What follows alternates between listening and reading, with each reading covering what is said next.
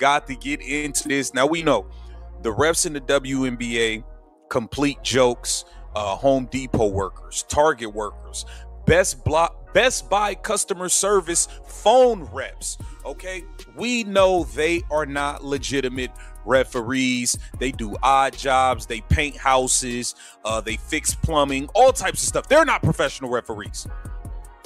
WNBA officials are now under growing pressure as the league finds itself pulled into one of the most heated controversies of the season. Across the basketball world, fans and analysts have been reacting after viral footage reignited serious concerns about officiating standards and player safety. For months, many supporters have argued that rising superstar Caitlin Clark has faced an unusual level of aggressive physical play from opponents eager to test the league's biggest rookie sensation. But now the debate has shifted into something far bigger. A televised replay appeared to capture referees overlooking a dangerous stretch of contact, raising fresh questions and pushing the conversation beyond the league's control. League rules are designed to protect fairness and maintain balance on the floor. However, many viewers believe this footage showed a clear moment where officials had every reason to blow the whistle but chose not to. No foul was called, no warning followed, and many fans felt the young star was left exposed without proper protection. Critics say the replay highlights major concerns about consistency and decision-making, not simply differences in camera angles or interpretation. Because of that, demands for accountability have only continued to grow throughout the sports world. The issue becomes even more serious when viewed through the league's own policies on excessive and unnecessary contact. According to official guidelines, certain actions can be reviewed and even ruled as flagrant fouls carrying serious penalties. Yet during this intense sequence, many believe the referees allowed the action to continue despite visible contact happening directly in front of them. That decision has fueled nationwide debate, damaged trust among some fans, and increased calls for more transparency. What started as a disputed moment on the court has now turned into a much larger conversation about officiating, player safety, and how the game should be controlled at the highest level. With the footage spreading rapidly across sports media, attention remains locked on both the referees and how the league plans to respond. The league's biggest financial asset in a shocking turn of events.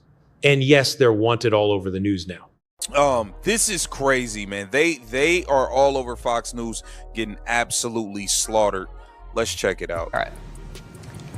Yeah, Harris, that fist to the neck is hard enough to watch, but when you watch this play back, you can see even before that, Alyssa Thomas knees Caitlin Clark in the groin, then puts her fist into Clark's neck, and then nearly stomps on Clark while stepping over her.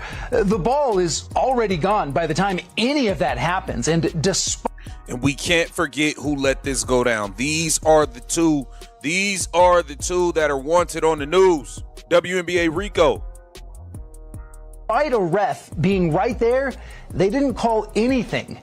Not long after that, Clark was again targeted by what her coach calls another blatant cheap shot that led to her leaving the game with an injury, and again, no foul was called. After the game, the Indiana Fever coach was livid that the officials in the league continue to allow this kind of thing to happen. Yo, that image is crazy. That is crazy what's going on, man. They all over the damn news again. Kathy, you ain't been on the news since Nafisa Collier blasted your ass after they got eliminated last year by this same goon who is the reason that Nafisa Collier is still out with injury. Kathy, y'all all over the news again, girl. WNBA Rico. We have a generational talent and a WNBA superstar who had two cheap shots right there. The debate surrounding officiating continues to expand, creating strong reactions from fans nationwide and putting the league under even greater public pressure. Conversations about player safety, consistency, and referee accountability have dominated sports coverage, with many supporters expressing frustration over how key incidents have been handled. As the discussion intensified, league officials faced rising demands to respond and reassure the public that protecting the integrity of the game remains a top priority. Reports, expert opinions, and social media conversations have only fueled more speculation about how decisions are made behind the scenes and whether current systems are enough to maintain trust among players and fans. With attention growing, leadership, communication, and transparency have become central issues throughout the basketball world. Analysts and former players have called for detailed reviews of disputed plays, while others have urged patience until all facts are fully examined. The controversy has also drawn attention from broadcasters, sponsors, and league partners who carefully watch the league's reputation and long-term future. At the same time, several high-profile figures connected to the sport have become part of the growing debate as fans continue demanding answers and accountability. The wider impact of this situation stretches far beyond one game or one player. Many supporters believe the league must prove its commitment to fairness and player safety if it wants to keep public trust moving forward. Every new update has added momentum, increasing the pressure on league leaders to respond in a meaningful way. As the story continues developing, the challenge remains balancing competitive intensity with the expectations of a fast-growing audience. Whatever happens next could have a major impact on how the public views the future of professional women's basketball. When you have these things continue to happen time and time again, eventually it gets frustrating. After those videos went viral late yesterday, the WNBA decided to take action, and the punishment for recklessly targeting and endangering the league's biggest star was a single-game suspension. Disgusting. A single-game suspension is absolutely disgusting, Kathy Engelbert. You ought to fire your damn self. For Alyssa Thomas, and a flagrant foul, too, that carries a $1,000 fine. The Phoenix Mercury appeared to mock the whole thing, posting and then quickly deleting this meme after the game, showing a Mercury player on the floor. These latest incidents are only fueling critics who argue the league doesn't value and is not protecting its biggest star, who's elevated women's basketball to places it's never been, with record TV deals and viewing numbers, sold-out arenas whenever and wherever Caitlin Clark is playing. Harris? Yeah, I'm looking at some of the stats that were just handed to me right now. I mean, this is incredible, the impact she's had. I'll get into it. Garrett, thank you. Gianna Caldwell, Fox News political analyst, is with me now. First of all, I want to get your idea of her effect in the WNBA as a player. Caitlin's. Well, I mean, this is pretty clear what her effect has been. One expert puts it in 2024, Caitlin Clark was responsible for 25% of the WNBA's total revenue. 25%.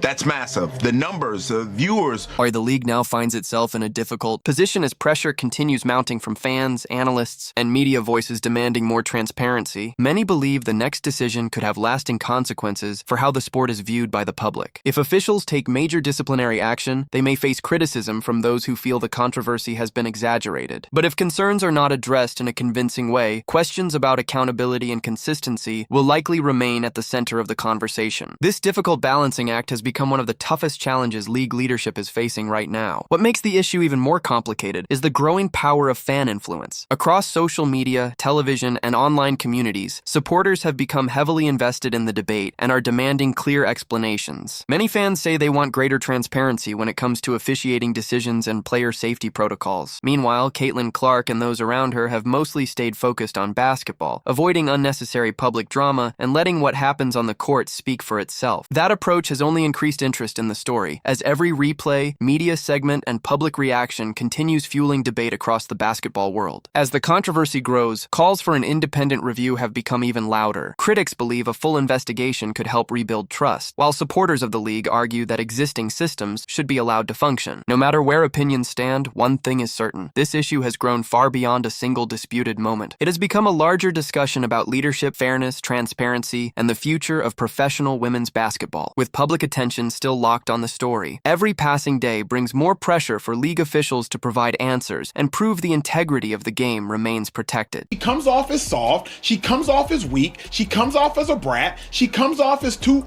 Or she just wants to play basketball and it's a bunch of goon and thuggery going on right now for no reason. Are we basketball players or are we gangsters? That's what I'm asking, because it doesn't make sense, a lot of this stuff that is going on. That way, and the reason why she's tried that way is because those women know that they can get away with it, right? Correct. So of course, if I'm talking to my son and he's getting picked on at school, right? And then like, no, because this is my thing. This is my thing, Acho. Caitlin Clark deciding to fight back and receiving the swiftest right hand to the jaw west of the Mississippi we have ever seen would be a terrible thing for the league. I'm sorry, if Caitlin, because I'm telling you, the reason they're trying them, hold up. The reason they're trying her is because, I wish she got mad enough to come at me. I wish she did. I'm glad. Look, hold on, I'm glad that's not a good idea for this. Not yet, TJ, but I'm glad we have my dog in the building for this because TJ was quick to step into a fight. Is someone who's not a fighter, take it from me, people try you until they realize you're actually about that action. And the moment they realize, oh, you're actually about that action, they stop trying you. This is a true story. My coach was coaching Zach Thomas, Hall of Fame Zach Thomas, linebacker for the Dolphins. The first day of practice, Zach. But what are we talking about? We're talking about women, though. She shouldn't be forced to go in there and have a brawl with somebody. Like, come on, man. This thing has gone so far left and has become so ridiculous. I think people are really losing their minds about it. She's facing being targeted, hate, jealousy, envy. It's that simple. Like, where's the commissioner stepping in? She shouldn't have to punch somebody in the face and tarnish her brand to protect herself. Like, come on. Thomas, 34-year-old veteran linebacker for the Dolphins, got in a fight with a rookie. His linebacker coach, Will Muschamp, said, hey, Zach, walking off the field together, arm in arm, Zach Thomas holding his helmet and a shoulder pads. TJ says, Zach, why the hell you fight this rookie? Zach Thomas said, Kieran, because the rookie held me. And if I fight him when he holds me the first time, he's going to realize every time he holds me, he might have to fight me. And he's not going to want to fight me every day.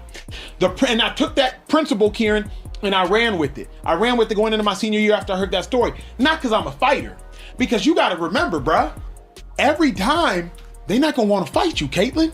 And so the fact of the matter is, if you just fight one.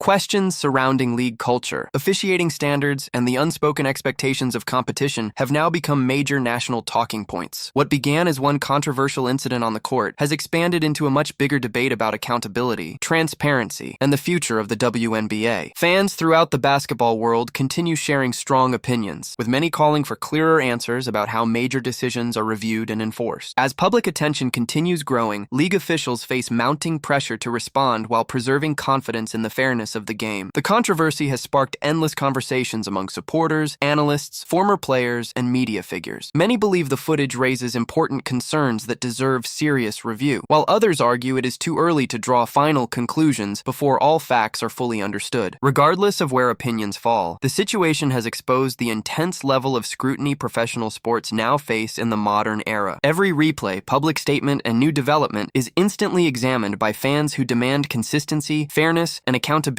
from everyone involved. The biggest question now is how the league moves forward. Will there be further reviews or rule adjustments? Can trust be restored among players, fans, and league partners? And what effect will this controversy have on future growth and public perception? Those questions remain at the heart of the conversation as the season moves ahead.